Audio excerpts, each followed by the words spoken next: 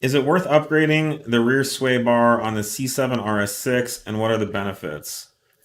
Well, let me just answer this subtly. Fuck yes. Put on the rear sway bar. So the benefits are you'll have less body roll. So that means when you go into a turn, the car does less of this leaning over as the centrifugal force builds. And then the other benefit is that it keeps more of the weight in the rear of the car, which means the car pushes less. So when you go into a corner, and if you can get to the limit of traction, what a stock car will do is you'll turn the steering wheel and it'll go like this.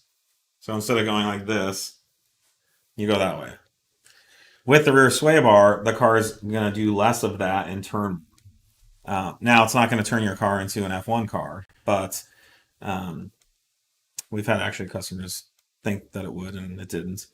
But what it's going to mean is you're gonna be able to get the car moving in the direction you want it better, because instead of the front of the car going like this, the rear of the car can turn with the front. Yeah, it usually gives you a lot more option to change the attitude of the car with your accelerator. Yeah. So there's a thing called trail braking or trailing throttle, and if you can kind of get into the corner and start playing with the brakes or the throttle, you can engage that rear sway bar and get the rear of the car to turn for you. If you don't drive at the limit or like that, that's fine. You're still going to notice the benefit of reduced body. There's really there's no negatives really. I mean, if I want to nitpick, the rear sway bar connects the left and right suspensions together. The stiffer it is, the less independent those suspensions become. So if you kind of took it to its logical extreme, if you just put a straight bar that was infinitely stiff, you would connect both suspensions together and it would turn into a solid axle that would do this. The suspensions would stop doing this and they would do this, just like an old Ford 9-inch rear end, like an old car with like the leaf springs.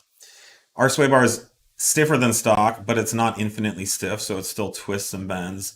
Your rear suspension can still move independently. Yeah, I'm trying to think of that analogy. It's a little different than that because you wouldn't be allowed to twist on top of that solid rear axle either. You'd be fixed and only have a single motion up and down. The body wouldn't be able to roll around on that axle. So what the sway bar is negating.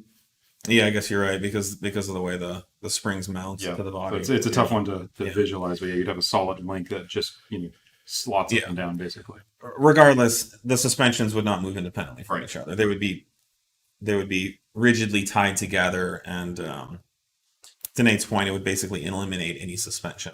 So what happens when you stiffen up the sway bar is when your right tire hits a bump, it will transfer some of that force to the left tire because the sway bar has rigidity. And so when the right side bar twists, it's going to act on the left side as well.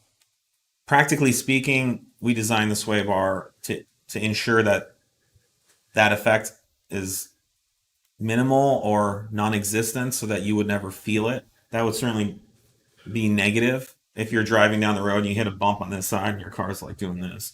Our sway bars don't do that. So I'm just being open and transparent that a sway bar that's too stiff does have detriments, but we precisely design, engineer, and tune our sway bars to give you the best driving experience without any of the negatives. So sway bars are truly kind of a no compromise mod where it will make your car handle better. It'll make your car more fun to drive. It will not make your car stiffer. You're really not going to notice it in that casual, you won't notice it, cruising driving. Yep.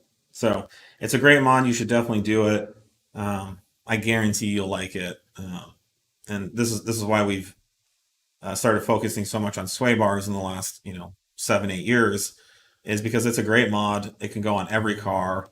We've leased cars and turned them back to the dealership with our sway bars on.